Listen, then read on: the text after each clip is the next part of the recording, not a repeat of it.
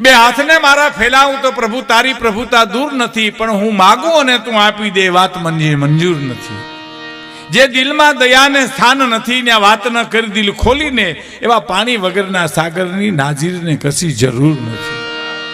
લોભી માણસને બંગલે જઈને બેહવું એના કરતા દરિયાને કાંઠે જઈને ન બેહીએ કે ઓલો ઘૂઘવાટા તો કરે, આ તો ભળનો દીકરો હામું ન જોવે.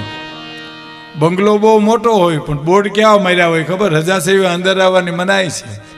તે આપણે એમ થાય ખાવત દીપડો હોય છે, માલિકો હું હોય છે, કાંઈ ન હોય. તમારે અખતરો કરવો તો કરજો, ભાઈ ઘરમાં સડી પીને રખડતા હોય અને કાં બેઠા બેઠા છોકરાને હિંચકાવતા હોય. તમે રજા લઈ લ્યો તો હમાનામાં થઈ જાય, દંભના પૂતલા કહેવાય સાહેબ.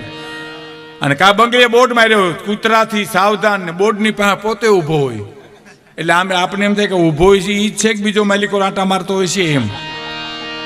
હે લોભી એમ, એમાં પ્રાણ ક્યાં છે? જે દિલમાં દયાને સ્થાન નથી ને વાતને કરી દિલ ખોલીને, એવા પાણી વગરના સાગરની નાજીરને કશી જરૂર નથી. હવે સાંભળજો, આ બહુ સાંભળવા જેવી આ બે ચાર કડી છે. પ્રેમસિંહ બાપુ, જે સ્થાન લઈને આવ્યો છું એ સ્થાનની ઇજ્જત રાખી છે, અને માનવતા પૂર્વક જીવીને ઇન્સાનની ઇજ્જત રાખી છે. ફરીવાર સાંભળજો, જે સ્થાન લઈને આવ્યો છું, તમે જે કુટુંબમાં જન્મા છો, હું જે કુટુંબમાં જન્મો છું, બધા જે કુટુંબમાં જન્મા છે, જે સ્થાન લઈને આવ્યો છું એ સ્થાનની ઇજ્જત રાખી છે, એ કુળની કુટુંબની ઇજ્જત રાખી છે, અને જે સ્થાન લઈને આવ્યો છું એ સ્થાનની ઇજ્જત રાખી છે, અને માનવતાપૂર્વક જીવીને ઇન્સાનની ઇજ્જત રાખી છે. અને મારું નાવ ડૂબે છે મજદારે પરનો હસો તટના વાસી, મારું નાવ ડૂબાવી સાગરના તોફાનની ઇજ્જત રાખી છે. અને એક આહ ભરું તો હું તારા આશરને ડગાવી દઉં, પણ દિલને હંમેશા વારીને ભગવાનની ઇજ્જત રાખી છે, અને ઘર વખરી વહેંચીને પણ મહેમાનની ઇજ્જત રાખી છે. સાહેબ આ જ્યાં પ્રાણ છે, પ્રાણ અમુક જ જગ્યાએ હોય. હા, આ ડાવરા કોઈ ગડદાપાટું કરે ઘડીકમાં મરીએ નહીં, ખોજી જાય. એમ તો ગોટો ન વરીએ, ગોટો નાખીએ હૃદયની નાખે એટલે ગોટો વરી જાય. એમ પ્રાણ જ્યાં હોય એવી પ્રાણવાન કડી. હવે સાંભળજો, અને એની પાછળનો એક પ્રસંગ આપને કહી દઉં સાહેબ, કે ધણી મેં તો ધાર્યો છે નામી. આ પિંગલસિંહભાઈ મેઘાનંદભાઈ ગઢવીની કવિતા છે સાહેબ, જે હાલારમાં જામનગર રહેતા. એટલે હાલા નામી શબ્દ હાલારનો છે, ગોહિલવાડનો નથી, હાલારનો શબ્દ છે. કે ધણી મેં તો ધાર્યો છે નામી, વ્યાજી દીધી સગડી વામી. ધણી એવો ધારવો સાહેબ, સદગુરુ એવા ધારવા કે પછી ક્યાંય બીજે માથું નમે જ નહીં. છે માનો બધાય ને, પણ એવો સદગુરુ ધારો જેને ચરણે આપણું માથું હોય, એવી કુળદેવી હોય આપણી જેને ચરણે માથું હોય, એવા ઈષ્ટદેવ આપણા હોય કે જેને ચરણે માથું હોય. મારા એક વડીલ કહેતા કે ત્રણને માથા નમાવવાના, કુળદેવીને, સદગુરુને અને ઈષ્ટદેવને. બાકી નમવું બધાને પગે લાગવું, પણ આ પ્રાણ તો આને જ સોંપી દેવાના, ત્રણને, સદગુરુને, કુળદેવીને અને ઈષ્ટદેવને. સાહેબ હા, ઈષ્ટદેવને, કુળદેવીને. એટલે ધણી એવો ધારો કે જે આપણે તાર્યા વિના રહે જ નહીં એમ. હા, ગુરુ સદગુરુ એવા ધારવા એમ. હા, ઘડીક આની કંઠી, ઘડીક આની કંઠી, ઘડીક આ ગુરુ, ઘડીક આ ચેલો. એમાં ગુરુનું ન વળે ને ચેલાનું ન વળે સાહેબ. અમારે જુનાગઢમાં એક પર્ણકુટીમાં ગુરુ ને ચેલો બે હુતા હતા. એટલે ચેલાને હુતા ગુરુએ કીધું, બે હુતા હતા પર્ણકુટીમાં. તો કે બારોબાર જોઈએ તો વરસાદ કેવો આવે છે, તો હું તો ચેલો કે આ બારોબારથી મીંદડી આવી, માથે હાથ ફેરવી લ્યો ને, ભીની છે તો હશે ને કોરી છે તો નહીં હોય. હવે એને બહાર હું ધક્કો ખાવો? બોલો, આ હું તો ગુરુની આજ્ઞાનું પાલન કરે છે. પછી બીજી વાર ગુરુએ કીધું કે હવે દીવો તો રામ કરી નાખ, દીવો ઓલવી નાખ, એમ સાધુ નો કહે સાહેબ, દીવો રામ કરી નાખ. તો હું તો કે માથે ગોદડું બીજું ઓઢી જાવ ને તમને ક્યાં માલિકો દીવા દેખાય છે, એને હું ઊભા થઈને દીવા ઓલવે. હા. ત્રીજી વાર કીધું કે પર્ણકુટીનો દરવાજો તો બંધ કરી દેતો, બે મેં કર્યા એક તમે ન કરો. આમાં નો ગુરુનું વળે નો ચેલાનું વળે. તમને કાનપુરમાં કોઈ આવીને એમ કે તમારા ફળિયામાં અહીંયા 100 ફૂટનો દાર કરજો તો પાણી થાય છે. કાલ અખતરો કરો તો છૂટશે, પ્રમદી અખતરો કરો તો છૂટશે, ગમે ત્યારે છૂટશે તમને.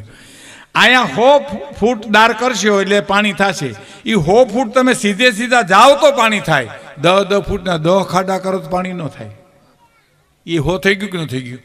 10નો ખાડો અહીં કર્યો, બરાબર મૂકી દો. પછી 10નો ખાડો અહીં 20, 10નો ખાડો અહીં 30, એ 10 ખાડા કરો એટલે હો થઈ જાય. એમાં પાણી ન થાય. સીધે સીધા જાઓ તો જ પાણી થાય. ઘડીક આની કંઠી, ઘડીક આની કંઠી, ઘડીક આ ગુરુ, ઘડીક આ, એમાં નો બેમાંથી એકયનું વરે, કોઈનું ન વરે સાહેબ. સદગુરુ એક જ ધારવા જોઈએ. એનો એક પ્રસંગ સાંભળ્યો છે. 7 જ વર્ષની સબરી હતી સાહેબ. સબરીના વર 7 જ હતા. મારો રાઘવ કેદી આવશે, મારો બાપ કેદી આવશે. 7 વર્ષની સબરી. ગુરુ જ્યારે છેલ્લી સ્થિતિમાં હતા ને ત્યારે સબરી જઈ, કોઈ ઘરવા કોણ દે સાહેબ ત્યાં ભીલની દીકરીને. સબરીની પૂર્વાશ્રમની વાત કરી દઉં સાહેબ. સબરી પૂર્વાશ્રમમાં મહારાણી હતી. મહારાણી હતી. ગંગા કિનારે સ્નાન કરવા જાય ત્યારે એની આરે દાસ દાસીઓના આમ આમ આમ ટોળે ટોળા લાગી જતા હતા. અને એમાં ગંગા સ્થાને જ્યારે સ્નાન કરવા જાય ને ત્યારે હુકમ છૂટતો રાજકી કે સાધુ સંતો બધા જંગલમાં વયા જાઓ, મહારાણી સ્નાન કરવા આવે છે. આ હું પૂર્વાશ્રમની વાત કરું છું. મને એક મહાપુરુષે કીધી એટલે કહું, બધા જંગલમાં વયા જાઓ સાધુ સંતો. અને અહીંયા મહારાણી ઉતરતા આવે શું કીધું ખબર? હરિદ્વાર ઋષિકેશમાં કે મારે સાધુના દર્શન કરવા છે. એટલે રાજના માણસોએ કીધું માં સાધુ નહીં મળે કોઈ. તો કે કેમ? આ તો ગંગાનો કિનારો, હરિદ્વાર ઋષિકેશનો નું પવિત્ર ધરતીને અહીંયા સાધુ ન મળે તો ક્યાં મળે બીજે? તો કે અહીંયા જ મળે. પણ તો કેમ ન મળે? કે રાજકીય હુકમ છે કે મહારાણી સ્નાન કરવા આવે છે માટે બધા જંગલમાં વયા જાઓ. અને આઘાત લાગી ગયો મહારાણીની કે મારું મોટપણું, મારું મહારાણીપણું સાધુડાને જંગલમાં તગડી મૂકે. એ મોટપણું હું કામ જોઈએ, મહાનપણું હું કામ જોઈએ? એ ગંગામાં ડૂબકી ખાઈને મરી ગઈ. અને એટલું બોલી કે મને એવા કુળમાં જન્મ દે કે મારાથી કોઈને નડે નહીં, હું કોઈને નડું નહીં. એ સબરી જન્મી સાહેબ. હા, ભીલને ત્યાં જન્મી. એ મહારાણી ભીલને ત્યાં જન્મી. નહીતર કાંઈ પરબારો રામ ન મળે સાહેબ. એને પૂર્વ જન્મની કમાઈ હોય. અને 7 વર્ષની સબરીને કોણ આવવા દે ત્યાં? એના લગ્નમાં તો હિંસા કેટલાય પશુની થવાની હતી. પણ પછી એ નીકળી ગઈ. એ કોઈ કીધું કે તારી જાન આવે છે ને એમાં આ પશુને રાંધીને ખવડાવવાના છે. એટલે ભીલની દીકરી દોડીને નીકળી ગઈ ત્યાંથી અને માતંગ ઋષિના આશ્રમે આવી. પણ કોણ જવા દે ગુરુની પાસે એને સાહેબ? આમ ઊંચા ઊંચા આમ નેજાન માની જોવે, આમ જોવે. એમાં ગુરુની દ્રષ્ટિ પડી. જોયું અંગાર જલતો તો ફૂંક લાગવાની જરૂર હતી સાહેબ.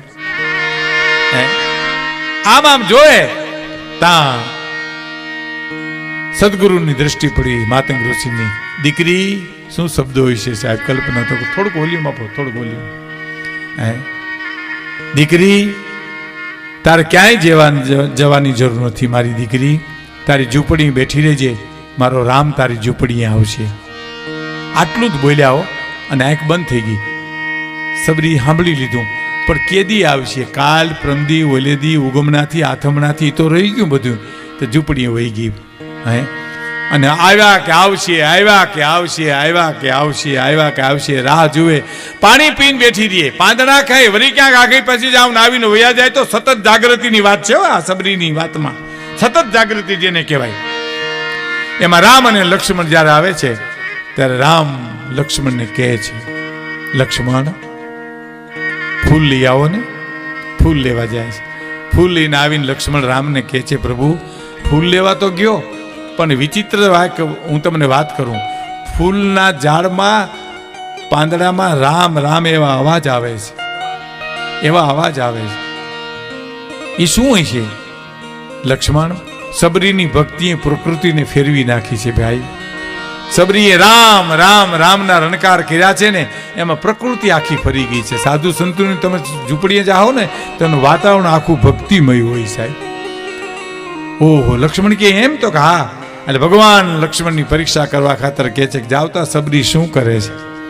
ગઈ સબરી, ભાઈ સોરી, લક્ષ્મણ ગયા સબરીને જોવા માટે. આંખમાં ચોધારા આહુડા, આંખમાંથી શ્રાવણ અને ભાદરવા જાય અને રોતી હતી સાહેબ.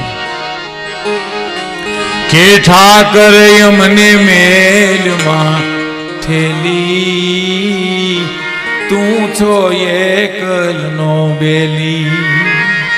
અમે તારું અંગ કહેવાય, હવે જીવન કોને આશરે જાય. કાલા ઘેલાય મેં તારા કેવાણાન જપીએ તારો જા એજી કાલા ઘેલા મેં તારા કેવાના જપીએ તારો જા તારું લેણું હશે ત્યાં લગી બીજો તીરશે નહીં તલવાર ઠાકર અમને મેલમાં ઠેલી તું છો એકલ નો બેલી કાલા ઘેલાયમ તારા કહેવાના ને જપીને તારો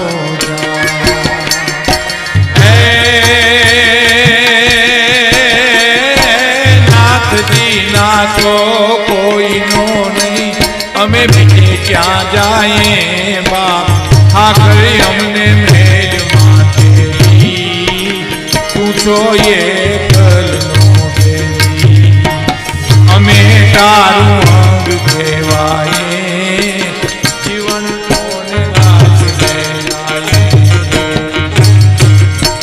કાલા ખેલા અમે તારા કહેવાય જપીએ તારો જાપ હે નાથજી ના તો કોઈનો નહીં અમે બીજે ક્યાં લક્ષ્મણ સાંભળે છે ઓહો સબરીની આટલી ભક્તિની પરાકાષ્ઠા કહેવાય ઓહો ગજબ વાત કહેવાય આ તો પણ લક્ષ્મણ ઉભી ગયા છો પણ એક કડી સાંભળીને આજ દીના આડતિયા તારા ને શેઠ તું છો સાવકાર એ જી આજ દીના રે આડતિયા તારા શેઠ તું છો સાવકાર તારું લેણું હશે ત્યાં લગી બીજો તારું લેણું હશે ત્યાં લગી બીજો તીરશે નહીં તલવાર ઠાકર અમને મેલ માઠે આમ શ્રાવણ ને ભાદરવો આંખમાંથી જાય સબરી રોવે છે 70 વર્ષની થઈ ગઈ હતી 7 વર્ષની હતી સબરી તારે ગુરુએ કીધું તારે અહીંયા રામ આવશે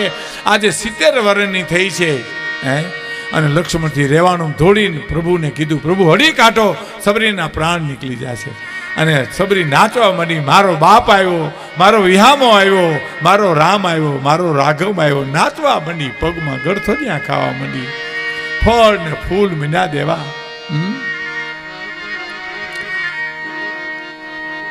મારો બાપ આવ્યો મારો રાઘવ આવ્યો મારો રામ આવ્યો નાચવા માંડી તેદી 70 વર્ષની થઈ હતી 7 વર્ષની સબરીને એને ગુરુ એમ કે મારા તારે રામ પધાર છે સબરી શું કીધું ખબર તમે આવ્યા એનો તો મને રામ કે રામને